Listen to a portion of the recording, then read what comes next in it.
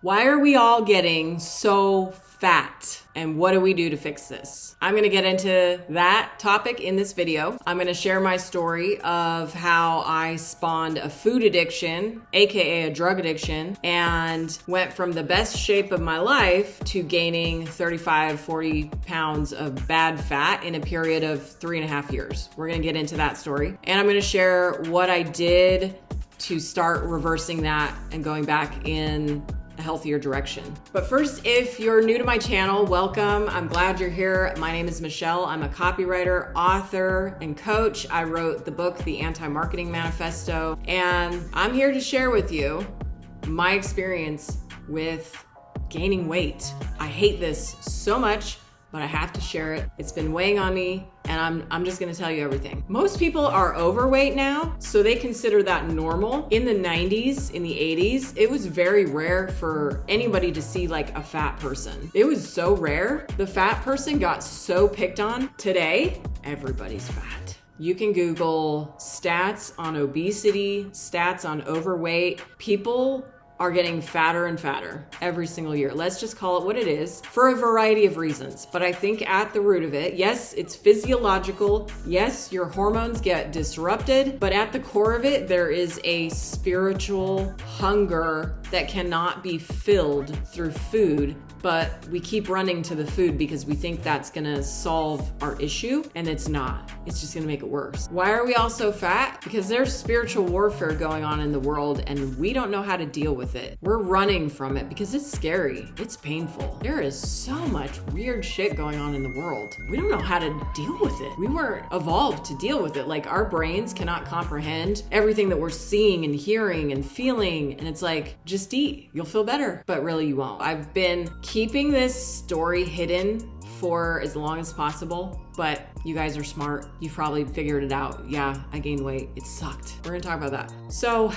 let me start by telling you my story. I was athletic my entire life. I played high school sports, volleyball, tennis for 4 years. I did gymnastics for like a year or two. I've always been active. I go to the gym, do weightlifting, dance classes, like hip hop. I just have always done something to move my body. That's always been a part of who I am. So it was very bizarre to me that I became addicted to a certain restaurant food. It was an Italian restaurant. They served the most amazing calzone that I've ever had in my life. It's a veggie calzone filled with ricotta cheese, buttery and delicious. It had the perfect texture. I used to get the fried zucchini on the side, chocolate cake. It was like frozen ice cream chocolate cake, lemon cake. Sometimes I would get 2 entrees, lobster ravioli in addition to the calzone, and I would eat the whole fucking thing in one sitting. Sometimes I would eat half and then eat the rest of it the next day, but then by eating the leftovers the next day, it triggered me to want more, and then I would place another order the next day. I was that person that would order online, and I would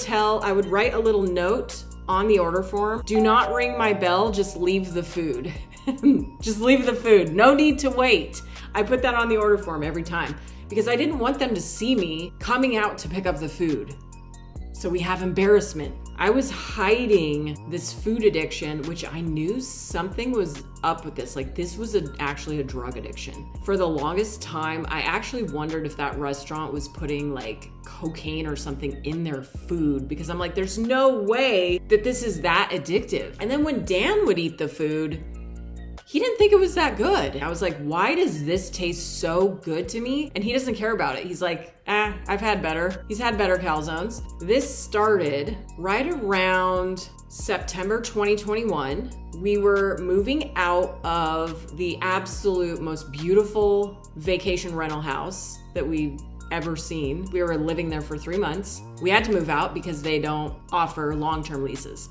So we had to find a long-term lease here in Arizona. This is after we moved from Colorado to Arizona.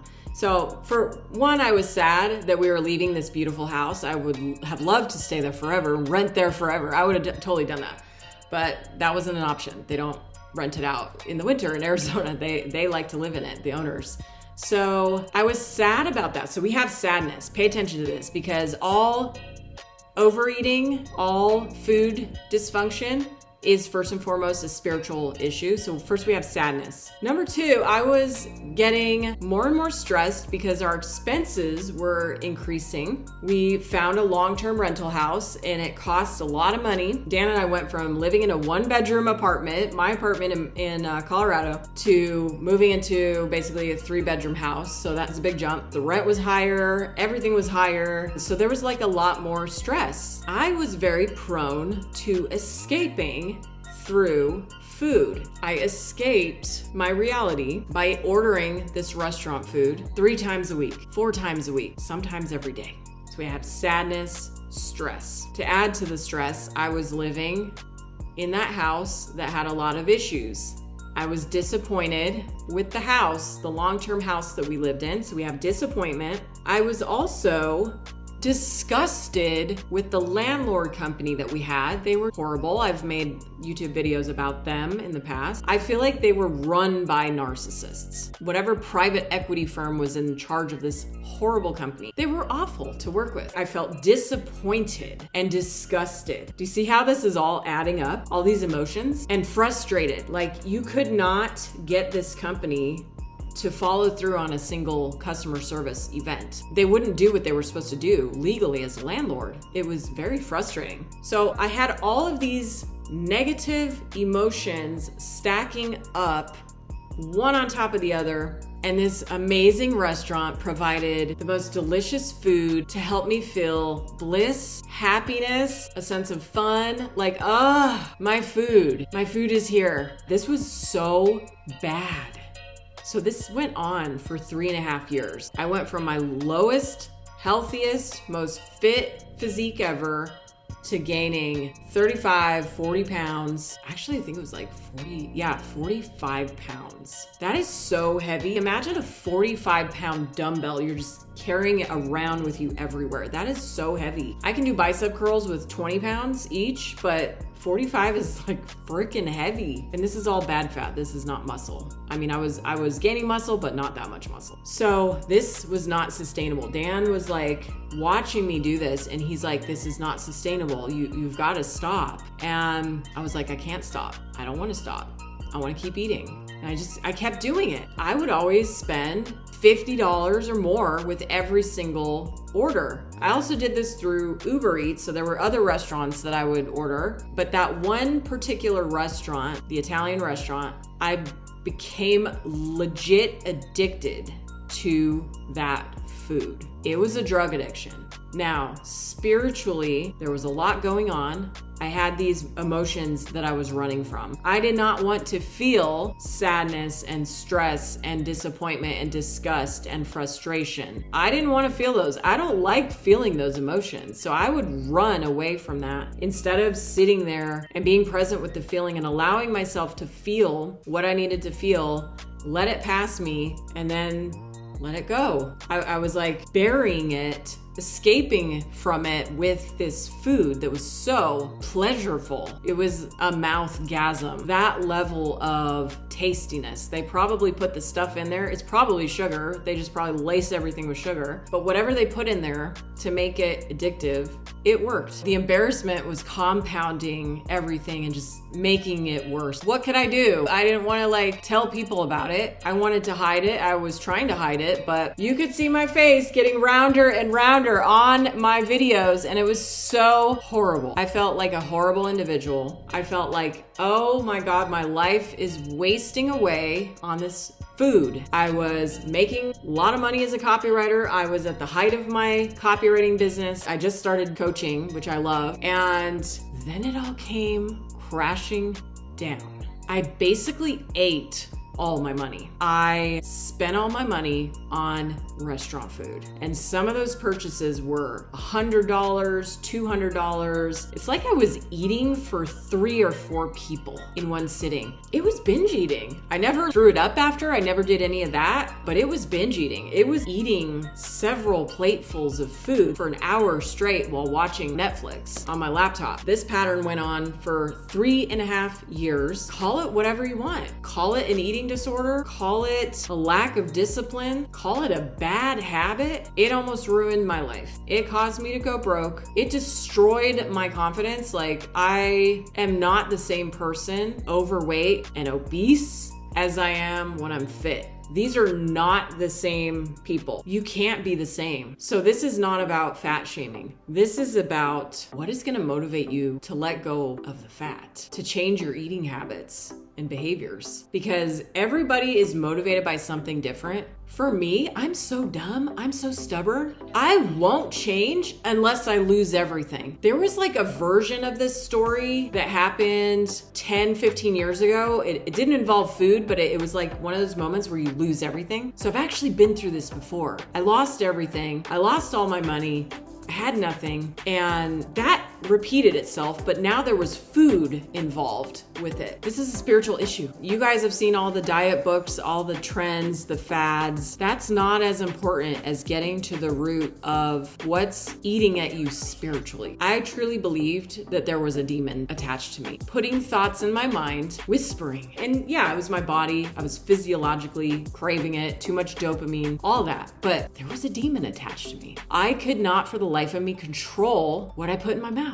I got coaching. I joined lots of different programs. I paid at least $40,000 total. I was trying to find a solution, legit trying, but the demon, I did not cast the demon aside. I did not place the demon behind me. I was just like, this demon has power over me. I can't stop doing this. So it was the most frustrating, claustrophobic feeling ever. And I would not wish this on my worst enemy. Now, thank God, I've stopped ordering restaurant food, only because God took away my funding. Like 5 months out of this year have been zero income, not a single dollar earned. Nothing. God took away my funding. God was basically like, Michelle, it's time to force you to stop doing this. You didn't do it on your own. I tried to tell you, shit got louder and louder. You wouldn't listen. Now I'm forcing you. Like I said, I'm that dumb, I'm that stubborn that I won't change unless I lose everything. That kind of urgency, which sucks. I don't know. Like, I wish it would have been different. I wish I would have been smart enough to stop the food addiction in its tracks the second that I realized how addictive the food was 3.5 years ago. Unfortunately, that's not how my life unfolded. That's not the action I took. I took the wrong actions, and now I'm paying the consequences.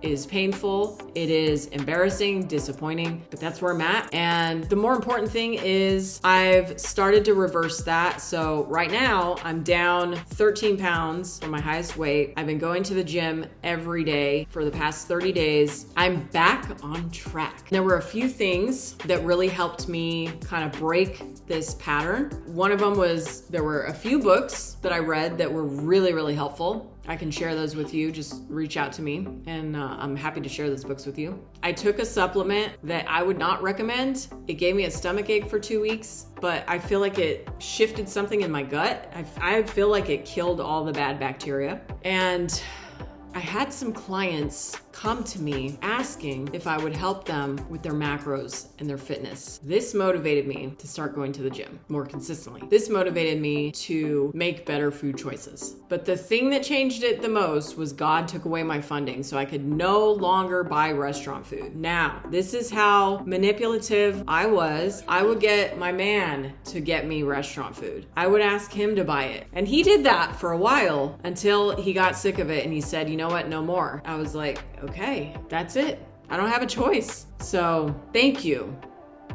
Thank you, God. Thank you, universe. Thank you to my own consequences. This forced me to stop. I wouldn't make the right choice, so life forced me to stop. Thank God. Because that was scary. That was a true health emergency. I mean, I could feel myself creating heart disease in my own body. Being out of breath, not being able to breathe, having your heart rate high for like exercise, not being able to bend over to put your shoes on without losing your breath. That's crazy. If you're trying to release the fat off your body, if you're trying to get yourself to take different actions, eat different foods, whatever story you're telling yourself during the process is going to have a lot to do with your success or failure. And you want to start telling yourself a story that is based in some kind of a spiritual truth, something that's bigger than you, greater than you, because that's the only thing that's going to